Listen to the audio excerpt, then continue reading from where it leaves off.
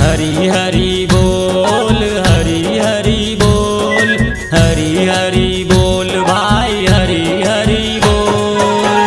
बोल अनमोल है घरी घरी बोल, बोल अनमोल है हरी हरी बोल। बोले बोले ना बोले कोई भी ये ना बूझे, दूर क्यों है पास आजा तू भी आजा पी ले जरा, ये है दवा मिश्री का घोल। हाँ ये है दवा मिश्री का घोल।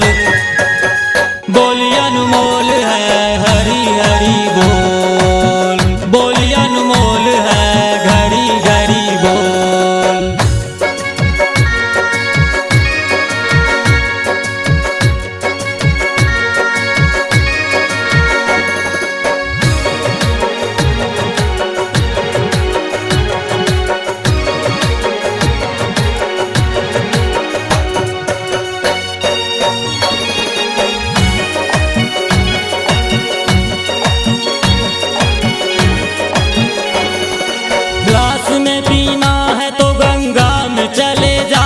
गागर में पीना है तो गुरु के शरण आ।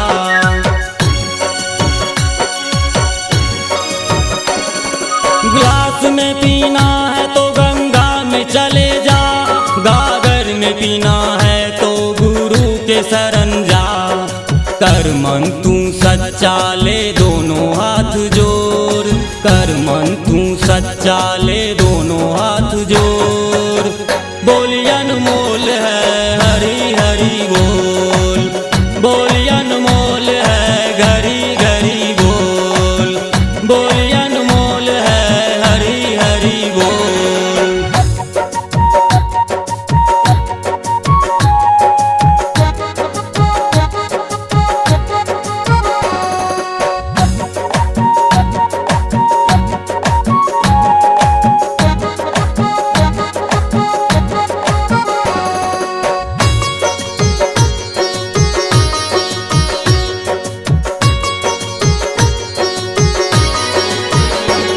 गंगा में तू गया तो तेरे पाप धुलेंगे, गुरु शरण गया तो तुझे ज्ञान मिलेंगे।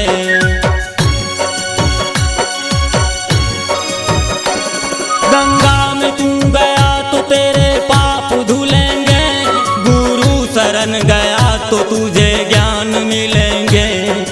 कर वादा पक्का ना इधर उधर डोल, कर वादा पक्का ना इधर उधर डोल।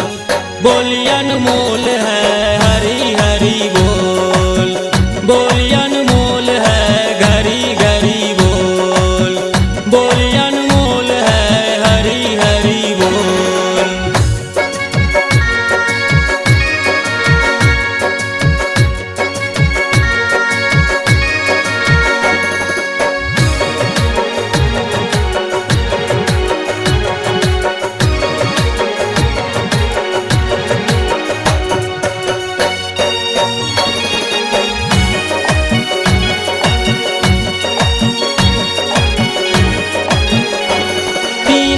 चाहे जैसे मर्जी जो भी हो तेरा, पीना नहीं है तो आके चख ले तू जरा।